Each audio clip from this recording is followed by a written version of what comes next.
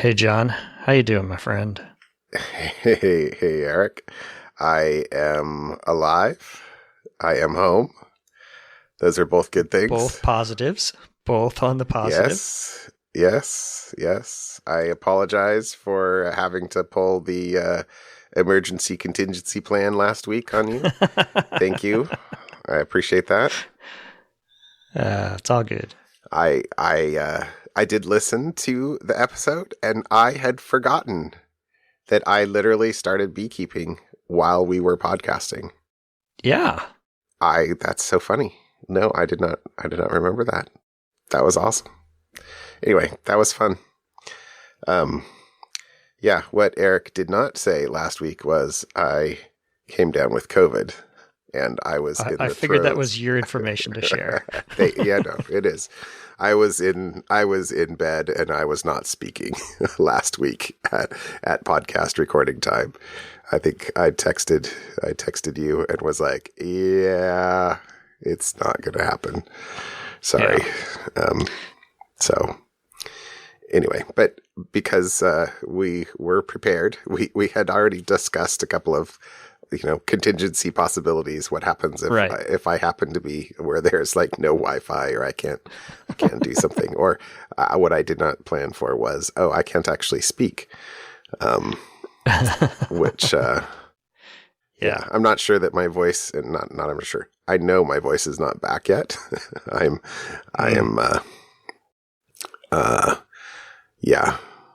am not fully well, but I am not bedridden like I was. So there you go. That's good. Well, here's to a speedy recovery. Yeah, thanks. Let's hope so. And complete. Like no long COVID. Ixnay on the Ovid K. Whatever. Yes. Yeah.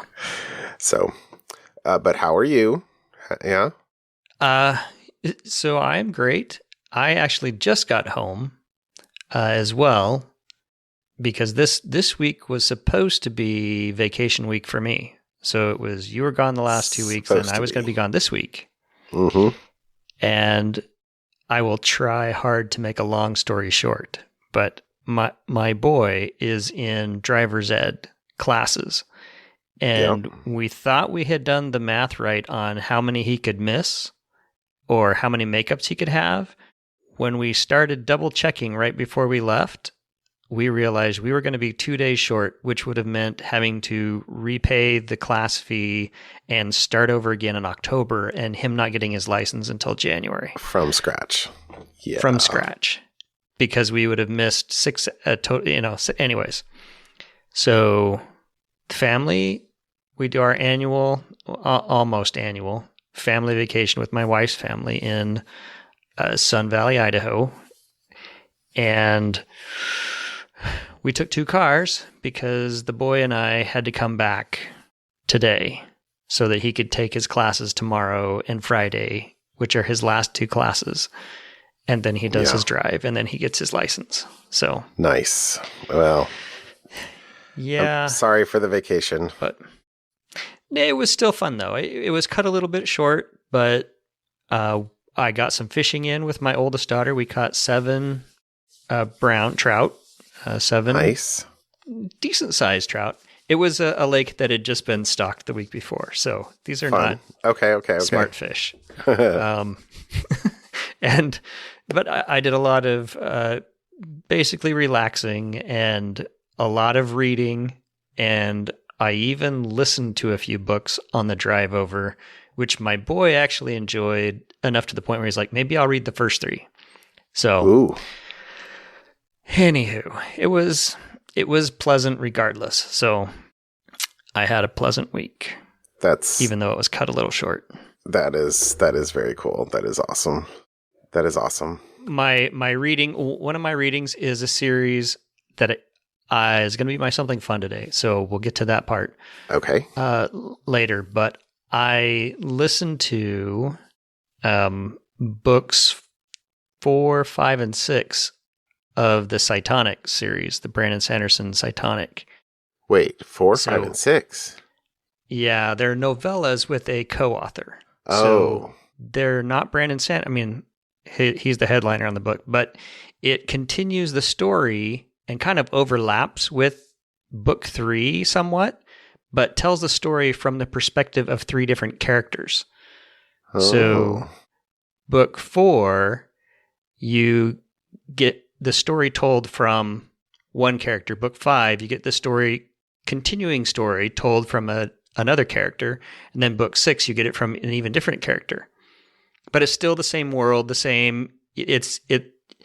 they were actually enjoyable. And I listened to those. I got them off the Libby app, the audiobooks, and that's because they're shorter. They're novellas.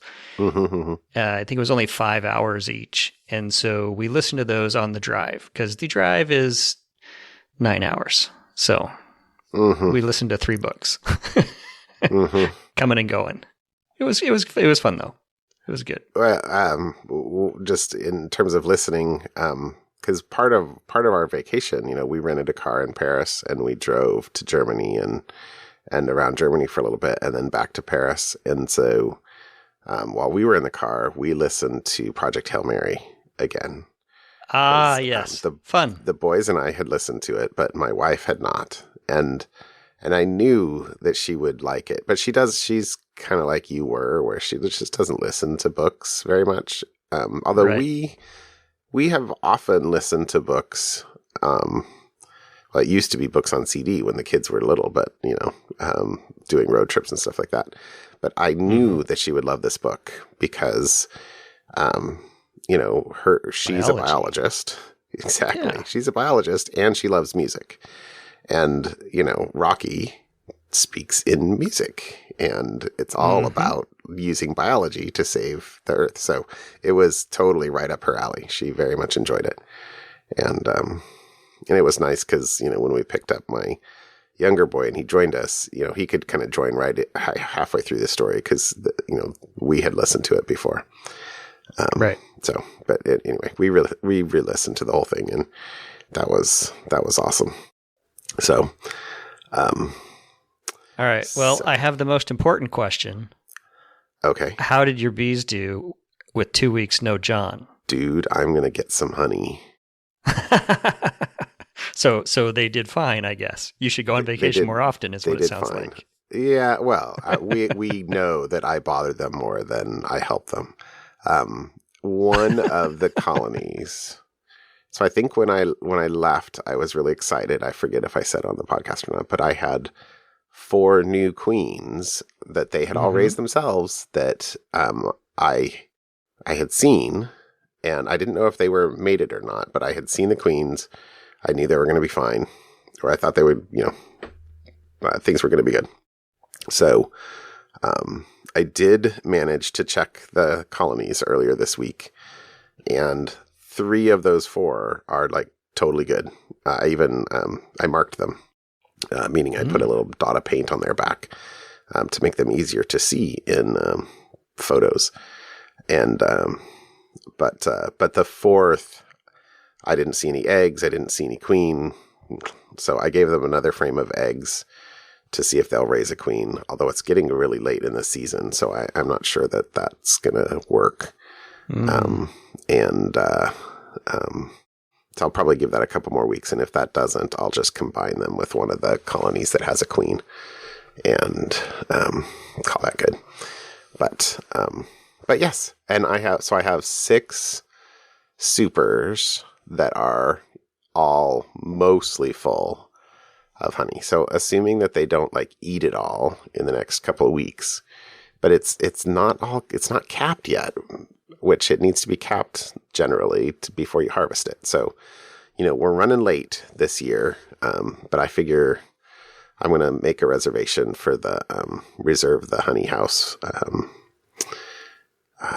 in like another 2 weeks or so. And then I will extract it and see what we get. And so there you go. There you go. So we'll see. I'm excited. Nice. I'm excited. I tried to pick up one of the boxes and I was like, oh my gosh, it's stuck. And then I'm like, no, it's not stuck. It's just really, really heavy and I'm really, really weak. So I'm like, okay, but that's good. I'm going to go, well, I shouldn't say this publicly, but I'm going to guess I'm going to get 100 pounds of honey. Yeah. That's, I think, 3x or more than what you had hoped for earlier in the year. Oh, totally. No, anyway, we'll see. My eyes might be bigger than my supers, but we'll see. We'll see how it goes. Oh, right. funny, dumb thing though. I mean, we got home not feeling well. I haven't, we've just barely kind of been keeping stuff alive in terms of like chores and, keeping the animals fed and so tonight I'm walking in and I'm like, I haven't even poked my nose into the greenhouse, since I've been home. I had some stuff that was growing, but if it all died, I just didn't care. I poked my nose in there and there's a hose that's been leaking. I don't even know how long.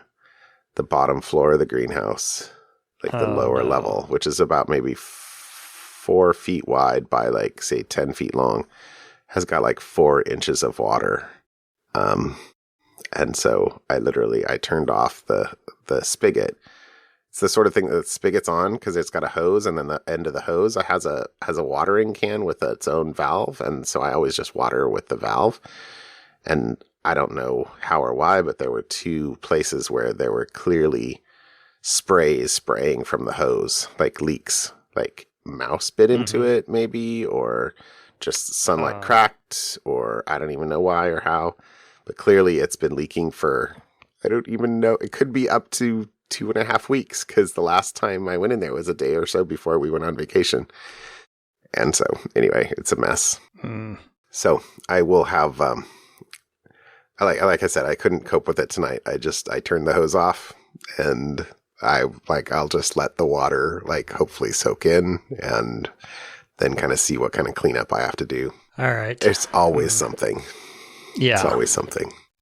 Always something. So anyway, we'll see. All right. All right. How about some topics tonight? Well, I have a follow-up, maybe a follow-up / topic. So okay. When Apple did their WWDC, they introduced this concept of passkeys, and I'm pretty sure I mentioned it. But there wasn't a whole lot of detail. So I saw another article on passkeys, because one of the things that I was most interested in was, how is this going to work if you're not all Apple all the time? Because very few people are all Apple all the time. Only the most hardcore fans are everything Apple. And if you're going to have passkeys, how would you do that? And so this article it's a Tom's Guide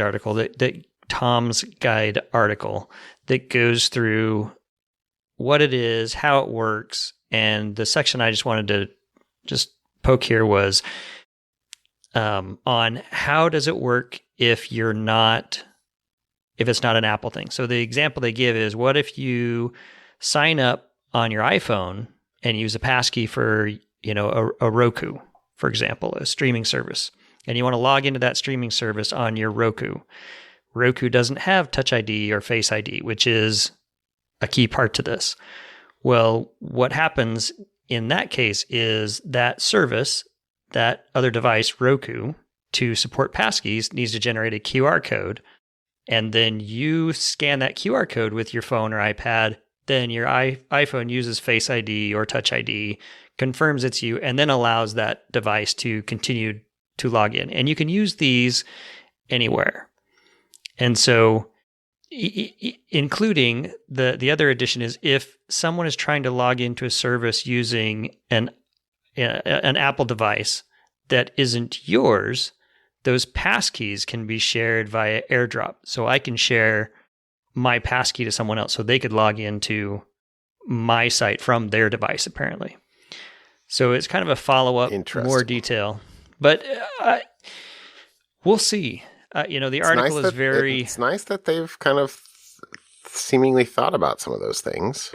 Yeah, it's not particularly Apple-like to think about people who don't use Apple devices, if we're being honest here. But it's a much longer article. If you're interested in passkeys, the article says Apple may actually have a chance to finally kill the password for good. I've heard that multiple times. Insert large company here. They've tried to kill passwords forever, but we're getting closer. So we'll see. We'll see how this works. So I think in the episode we talked about, I talked more about the actual technical details about public-private key infrastructure and how it all works. This one now is a little bit lighter and talks about how things are going to work for the end user for the devices they have. So that was pretty good. So that's kind of my bridge from follow-up to article. And then my second one is, I don't know if you were aware, but on the internet, there is a community, a very specific community for whoever you are. And the only data farmer, the only constant is it will eventually get hacked. So just be aware when you're signing up to very specific communities. This one is a site named Unjected, and this is an anti-vax dating site. Oh my gosh. So this this website claims to be the largest unvaccinated platform on the internet, and it's referred to as the Tinder for anti-vaxxers.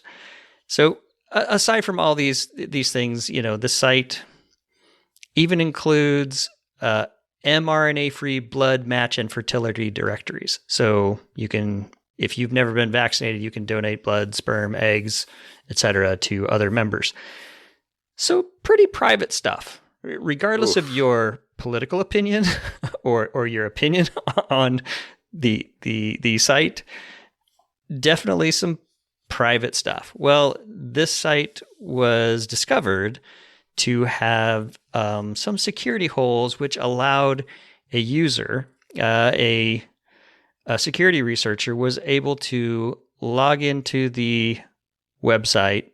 The website had been left in debug mode, so they could get the user's private name, email, address, profile picture, could edit public posts by the person, could delete, download backups, could give away the 15-month subscriptions to anyone, and reply and delete help center tickets, and reply to things online. So pretty much left wide open, this website. So the website, the article is from Daily Dot, and Daily Dot set up an account. The security researcher kind of showed them how they could mess with their account. And then they reported, Daily Dot tried to report this to the website. The website said, we're going to fix this. Thank you. And actually ended up making it worse. Actually exposed even more unfortunate information, to the point where now users were logging in and getting other people's information. And a lot of the users now were saying, hey, you guys should take your website down until you fix this, because this is kind of private information. So the website did go down for a while and is now back up, but has stopped returning any comments or questions to the Daily Dot. So we shall see. But the most critical issue, apparently the exposure of user data, has been fixed, but a bunch of other things are still not fixed. So if you are, no matter what, I guess my point here is, no matter what community you join up with, it is eventually going to, the probability that it gets hacked is high eventually. So just pay attention to what kind of information you're sharing online and with whom. And that's all I'm going to say. And have a different password for every single site. And even though it's really hard, that's why you should be using a, thank you, Eric, for getting me into this very long ago, but you should be using a password manager. Yes. I am very, very happy 1Password user these days. Yes. Very happy. Mm-hmm. So, So there you go, John. That's what I have this week. All right. Good stuff. Good stuff. Okay. You're reading the article, aren't you? I was, but there are all kinds. Yep. I guess. Okay. So I have two-ish. But the first link is actually going to be a link to a newsletter where I actually got these two because, hey, I've been really sick this week. I've not been doing a lot of reading or other things. But one of the newsletters I subscribe to is the Risky Biz News, which is where Catalan went, who, used to be at The Record, used to be at, where was he before The Record? Was it ZDNet? Yeah. I think that was right. But anyway, so still doing good security journalism. But the first article in this week's newsletter, or I guess yesterday's newsletter, was about a report by the Atlantic Council about what U.S. policymakers should do about ransomware. And I liked his summary here, which is why I'm going to actually give the link to the whole report here. But it does have a link, obviously, to the original. But the interesting point that Catalan pulled out here is there were 3 recommendations that the report had that were relatively original. And so that's, it's interesting and exciting to see recommendations that could potentially have a positive impact and are actionable. So, not sort of just pie in the sky. Yeah, well, let's just crack down on the ransomware operators. Well, here's the quote, citing the fact that most ransomware operations have roots inside Russia and, quote, Russian non-compliance with transnational cybercrime investigations will never lead to law enforcement crackdown on miscreant groups harsh enough to scare away major players. Because, it's not going to happen. So instead of sort of tilting at that windmill, what can we do on the other side of things? And in particular, the 3 recommendations that they make here are, first, that Congress should pass legislation for mandatory reporting of all ransomware incidents, including details on ransom payments if they've taken place. That CISA would be the collector of such information.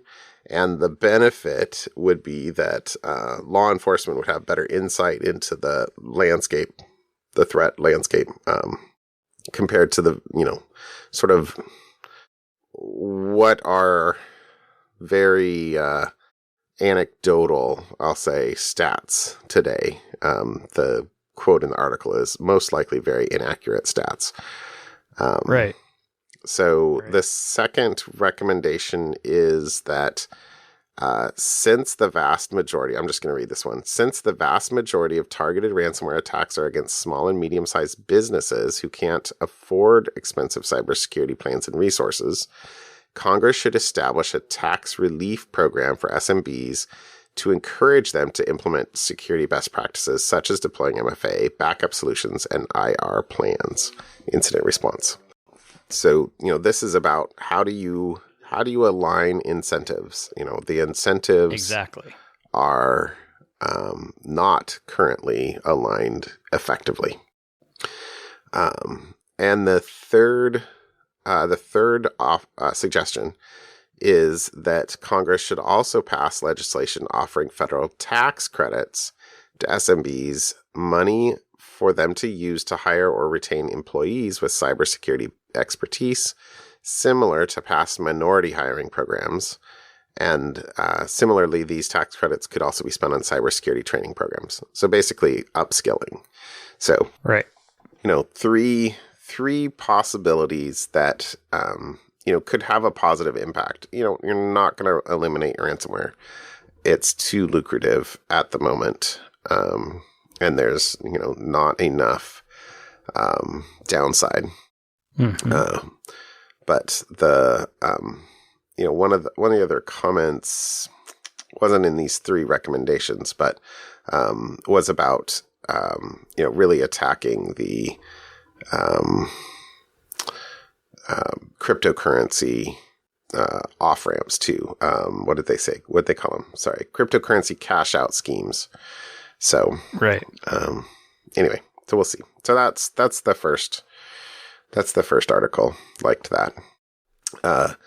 My second one, which was actually linked in the same report, just farther on down and wasn't detailed there, but is a report by VirusTotal about some of the ways you can use VirusTotal to look for threats. I don't what's it called? Like Google Dorking. This is like VirusTotal Dorking. Okay. Kinda. But and mixed along with stats about malware or malware submitted to VirusTotal, but also sort of with the queries or search strings that you can get to.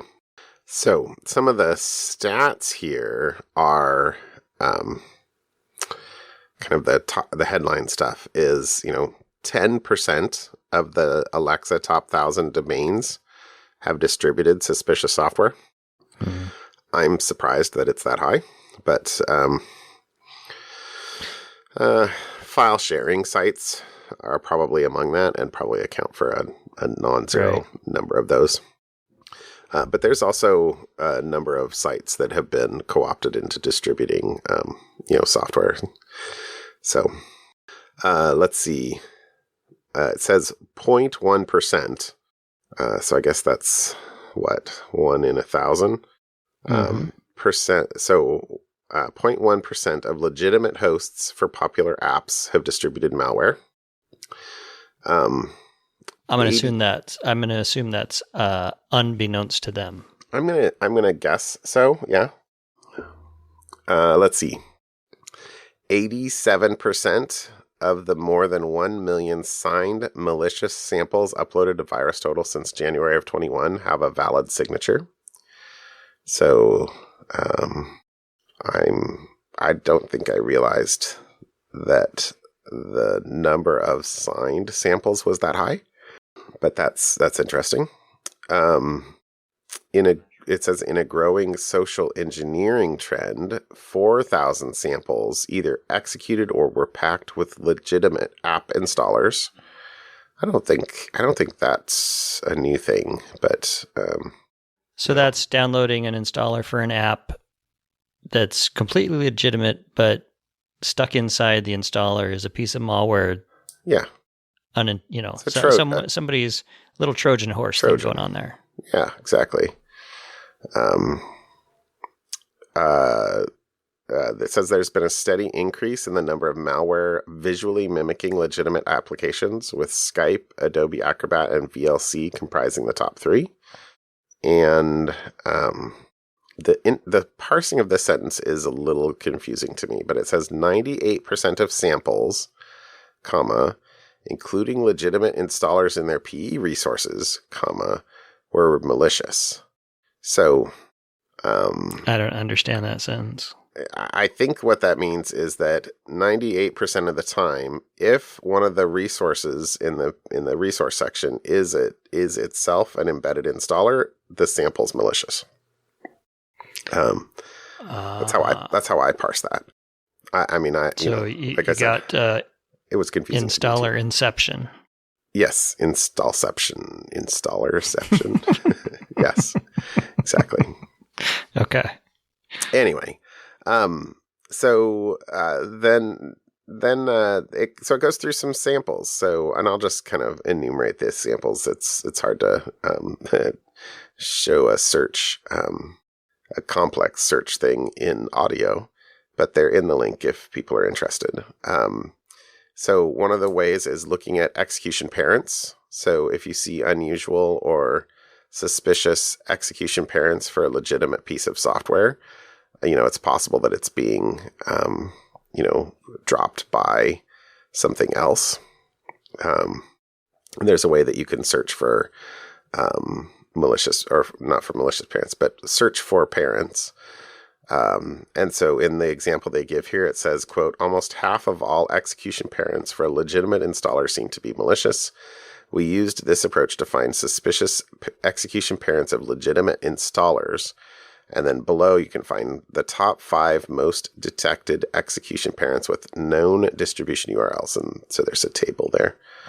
The second example is for compressed parents. So similar to how you're executed, but if you are found inside multiple compression parents or compressed parents, it's possible that you're being bundled with other stuff, right?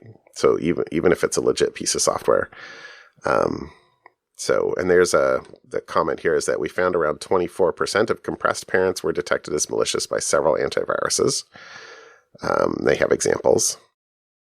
The third example was malware visually disguised as legitimate software, and they found this by looking at. There's a way that you can search for an icon in a resource section by hash, and so by taking legitimate app icon hashes and then looking at who else uses those hashes, you can look for, the example they had was files that were abusing the Telegram icon. The fourth example was for exploiting valid certificates. So, the search here is for basically find files that have more than 5 security software detections, but that have a valid signature. And then there's a separate one that basically is a sub-filter for that for a specific root CA for the Microsoft root CA. And so how to do that. So anyway, it's I thought this is a nice data, I guess I didn't say in the intro, but VirusTotal is used by most of the industry as both a at least a source, but also sometimes for some people or for some companies a sink of files. I think you have to be you have to be careful about uploading things to VirusTotal. There's lots of examples of people uploading files that contain private information, but then that those files are then available for download by people that subscribe to VirusTotal. So, yeah, I think we've even mentioned that on the podcast at some point in the past. I feel like that has happened as well. But VirusTotal is a great tool. It's it's owned by Google these days. Anyway, that was a good article. That was a good article. So good stuff. Good stuff. Very good. All right. What's your something fun? All right. My something fun is a book series. There's 5 of 6 books out right now. Ooh. The first book is called Red Rising.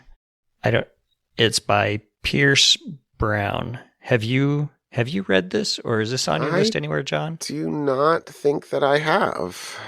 I think you would like this one. Put this on your list. So the basic plot is in the future, 700 years after man started to colonize other planets, there's this ruling class, and it's, the little guy rebelling against the ruling class and discovery and all that.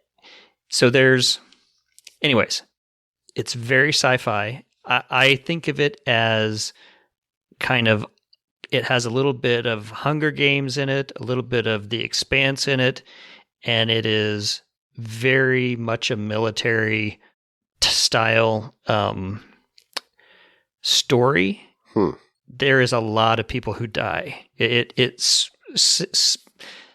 also has a little hints of Game of Thrones in there, where you start to like a character and then he kills him.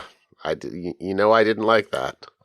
So, and so I will admit that occasionally I would get, so I just finished book 5 last night, and now I have to wait till book 6 comes out. So the first 5 are out. Book 6 is next year. But anyways, great books, very interesting social commentary.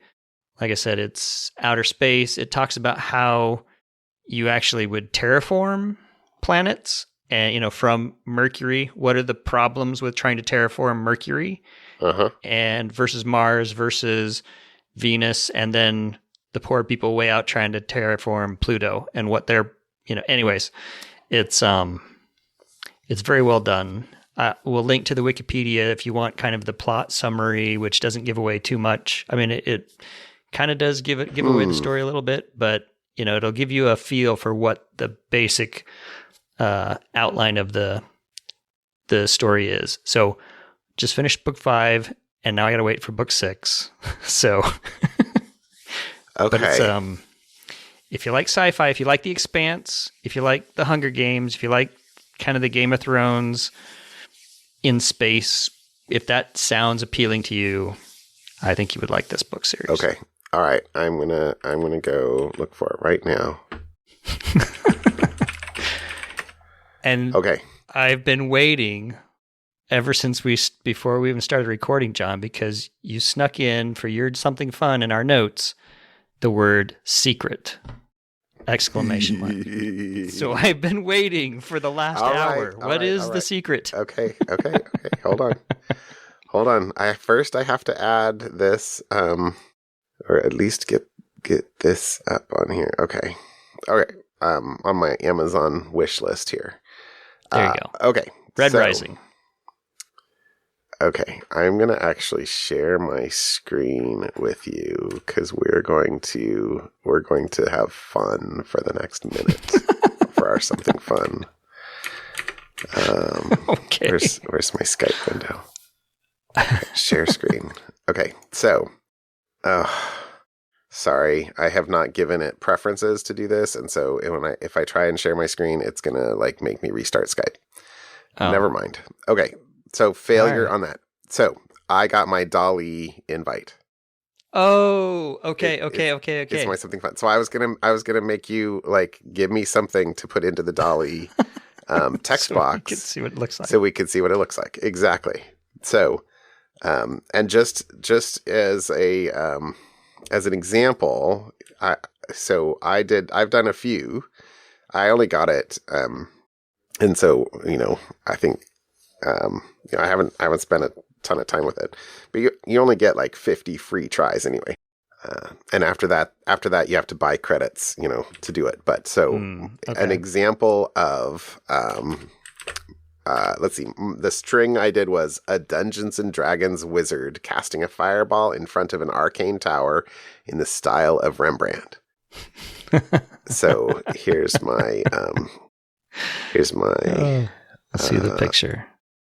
So now everybody that listens to the podcast needs to actually have a podcast player that does chapter art so you can see what John is about to show me. Exactly. We'll make this as our chapter art. You're just going to have to imagine it.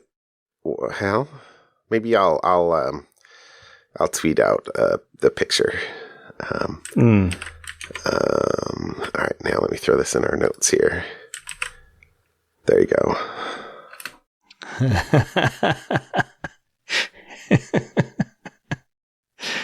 Oh my goodness, that is really good.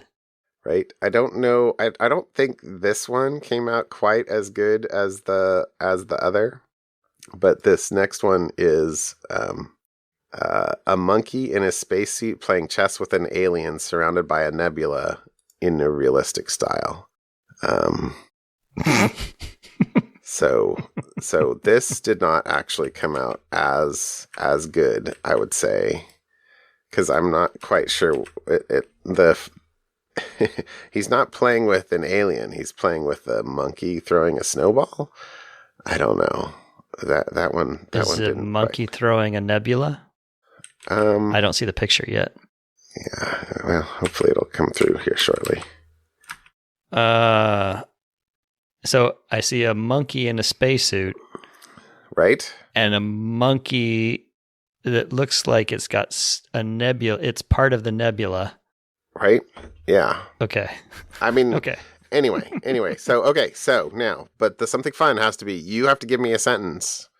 And it's good to be descriptive, and it's good to like tell the style that you want. All right. Let's see. A horse riding in a limousine, eating marshmallows in the form of Van Gogh.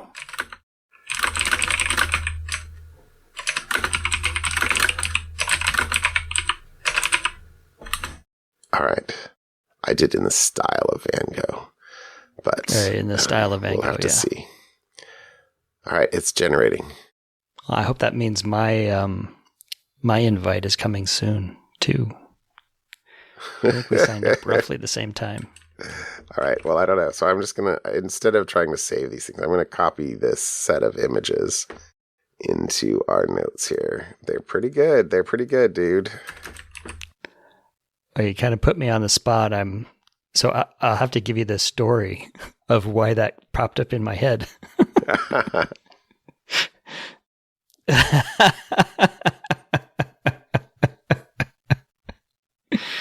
Oh, that's funny. That's funny. Those pictures are great. So, right? Where we went on vacation, there's I don't know if it's a bar or a restaurant or something called the Long Horse, and it's out in front of it. There's a horse, but imagine just stretching the middle of the horse really long. So as we go by, like a stretch limousine. The kids call that the horse limo. Okay. I wish we'd have got a picture of it. So I was thinking of that. And when you said I have my DALL-E and you were saying the first thing that came to mind, well, Van Gogh's my favorite painter, so it was going to be in the style of Van Gogh no matter what I chose. Uh-huh. But I was thinking marshmallows was the first thing that came to mind. So there you go. There you go. Horse in a limo eating marshmallows in the style of Van Gogh.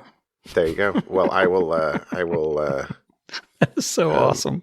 Send that out. That's right.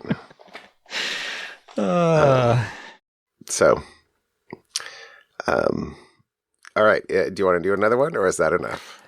I don't want to use up all your credits. Yeah, whatever. I'll get mine. I'll get mine soon. I need to think about that one more, because now I need, Now I would want to do one that I really would be interested in wanting that, as opposed to just trying to think up random things in my head. Yeah. So, well, I tried. Hey, call it good. I tried.